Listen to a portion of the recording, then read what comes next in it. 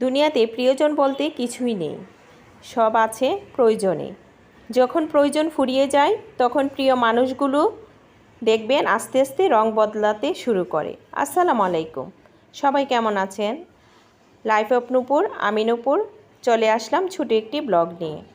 আর এই যে আজকে রান্না করব আমি, এখানে ইলিশ মাছ ছিল ঘরে, তাই ভাবলাম ইলিশ মাছ দিয়ে পটল দিয়ে রান্না করি।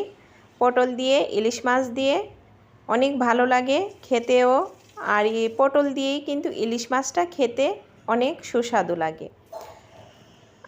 আর এই যে এখানে সব কিছু কুটাবাছা করে রেডি করে নিয়ে নিলাম, আর সাথে দিয়ে দিলাম পরিমাণ মতো তেল। কড়াইয়ে তেল গরম করে পেঁয়াজ বাটা, রসুন বাটা, তারপরে দিয়ে দিলাম পরিমাণ মতো হলুদ, মরিচ, একটু ধনিয়া আর একটু জিরা বাটা, পরিমাণ মতো লবণ, একটু পানি দিয়ে মশলাটা ভালো করে কষিয়ে নেব। আর এখন ঢাকনা দিয়ে আমি ঢেকে দিব যাতে মশলাটা ভালো করে কষানো হয়। আর এই যে দেখেন এখানে পটল আর আলু আমি ভালো করে কেটে রেখেছি, আর এখানে আমি পটলটা কিন্তু মাঝখান দিয়ে কেটেছি। আর এই যে দেখেন মাছটা আমি এখানে ভালো করে কেটে নিয়েছি, আর এই দিক থেকে মশলাটাও কষানো হয়েছে। আর এখন আমি দিয়ে দিব পটল আর আলু মশলাটার সঙ্গে ভালো করে এখানে লাড়া দিয়ে মিশিয়ে নিব। আর রাস্তার সাথে বাড়িঘর হলে যা হয়, আর গাড়ি ঘোড়ার এত আওয়াজ, মানে কোনো কিছুই করা যায় না। আপনারা অবশ্যই একটু একটু শব্দ শুনতে পাচ্ছেন, কিছু করার নেই।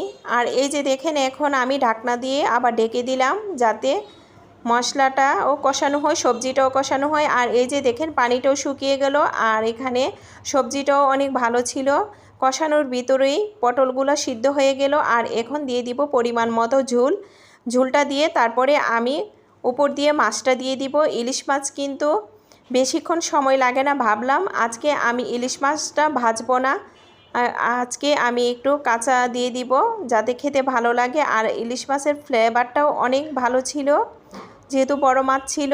আর এখন আমি দিয়ে দিলাম, দিয়ে আর একটু পরিমাণ পানি দিয়ে ঢাকনা দিয়ে ঢেকে দিব। আর এখন ঝোলটাও পরিমাণ মতো যখন হবে তখন আমি নামিয়ে ফেলবো। আর এখন আমি ঢাকনা দিয়ে ঢেকে ধনেপাতা, কাঁচামরিচ দিয়ে দিব। আর এই যে দেখেন ঢাকনাটা উঠিয়ে নিলাম, আর এখন পরিমাণ মতো ঝোলটাও হয়ে গেল। আর এখন আমি কাঁচামরিচ আর ধনেপাতা দিয়ে দিলাম। আজকের ভিডিওটা যদি ভালো লেগে থাকে অবশ্যই একটু লাইক, কমেন্ট, শেয়ার করবেন। আর কে কোথায় থেকে দেখছেন কমেন্ট করে জানাবেন। সবাই ভালো থাকবেন, আল্লাহ হাফেজ।